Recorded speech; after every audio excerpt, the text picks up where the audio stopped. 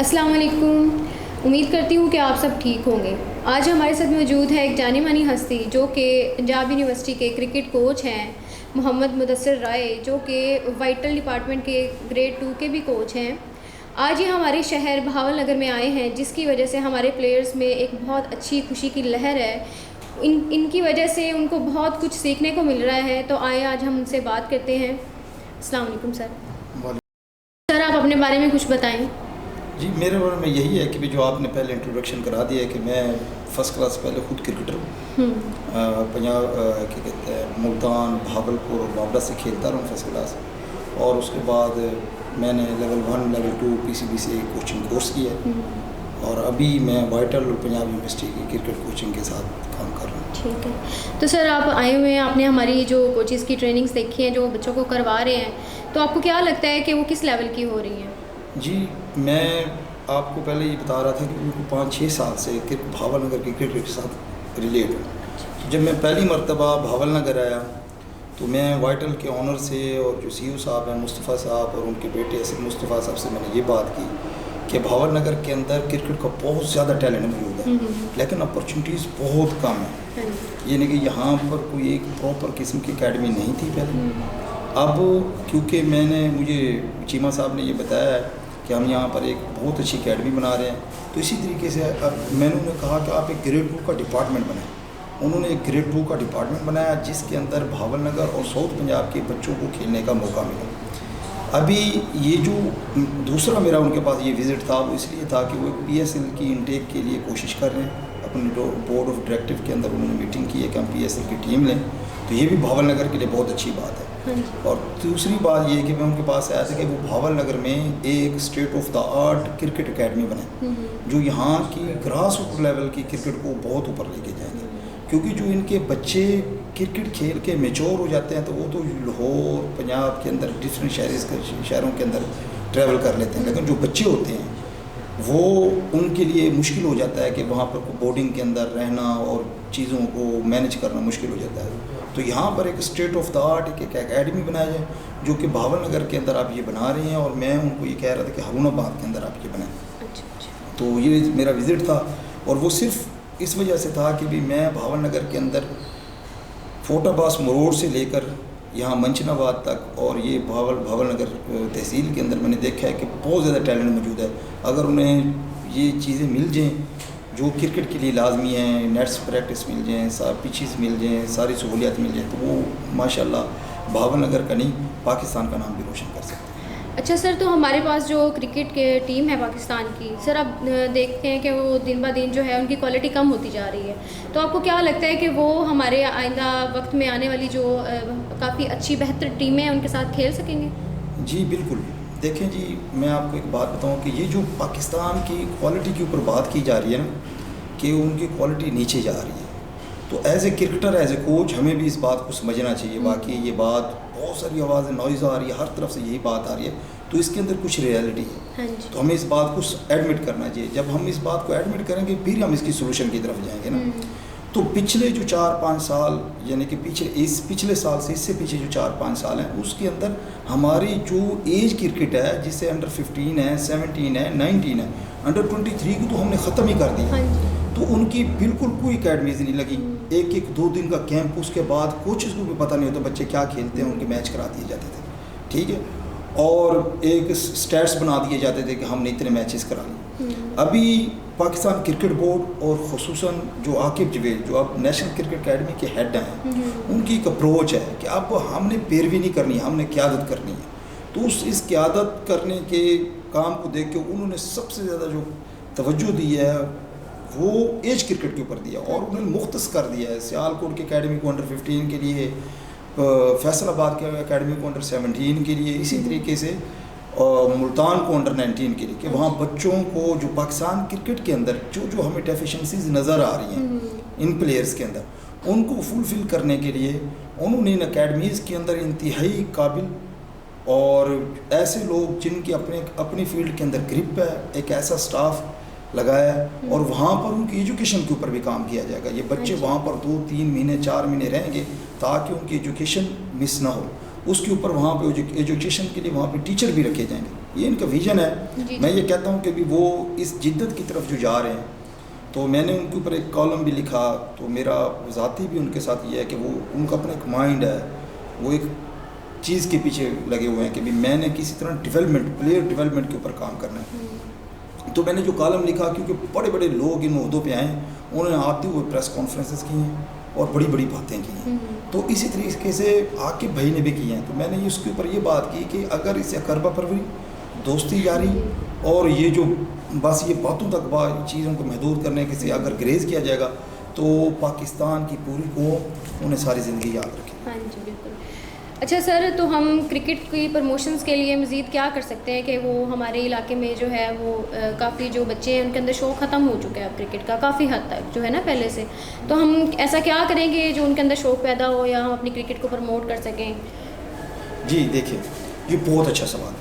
ये सवाल ये नहीं कि हमारे यहाँ भावल नगर के लोगों के लिए, हमारे लिए, आपके लिए, सबके लिए बड़ा ज़बरदस्त किस्म का सवाल है।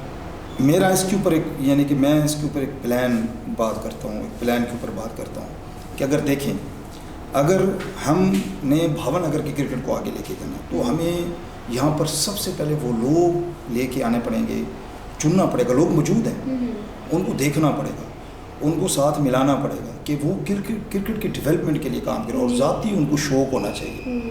सिर्फ ये नहीं होना चाहिए कि वो वाह के लिए काम करें, उन्हें ज़ाती शौक़ होना चाहिए, उनको क्रिकेट खिला के इनर सेटिस्फेक्शन आना चाहिए। जी जी।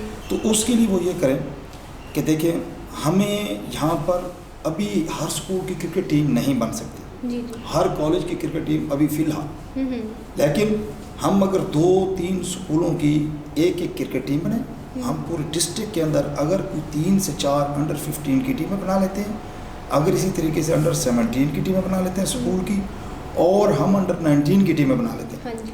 और फिर हम उसके अंदर इस तरह करते हैं कि इनकी 3-3, 4-4, 5-5 स्कूलों की, और अगर हम अंडर 19 की टीम बनाएंगे वो हम कॉलेज से बनाएंगे। अगर हम तमाम कॉलेजेस के मिला के 3 टीमें बना लेते हैं, और इसी तरीके से हम एसोसिएशंस के अंदर जितने बच्चे हैं उनको स्कूलों में ले आते हैं, हाँ जी। यानी कि जो सिर्फ क्लबों में आते हैं और पढ़ते नहीं हैं, स्कूलों में ले आते हैं, और हम प्राइवेट सेक्टर को साथ मिलाते हैं ताकि वो उसकी स्पॉन्सरशिप के ऊपर काम करें। उनके पास बुक्स नहीं है, उनके पास शूज़ नहीं है, उनके पास अगर वर्दी नहीं है, और क्रिकेट बहुत कॉस्टली गेम हो चुकी है, अगर उनके पास इक्विपमेंट नहीं है किसी स्कूल के पास, तो यहाँ पर बहुत से लोग ऐसे मौजूद हैं जो क्रिकेट को बहुत बड़े लेवल के ऊपर सपोर्ट कर रहे हैं। हम उनको साथ मिला के अगर वो चीज़ें पूरी कर लेते हैं और इनके कंपटीशन कराते हैं, कंपटीशन कराने के बाद हम इस तरह करते हैं कि उनमें से एक ड्रीम टीम बनाते हैं कि जिसमें हम 4 बैट्समैन लेते हैं, 4 फास्ट बॉलर लेते हैं, 4 हम उसके अंदर स्पिनर लेते हैं, और 2 विकेट कीपर लेते हैं। अगर हम उनको ले लेंगे, फिर उनके ऊपर हम सारा महीना, एक महीने के मुल्क से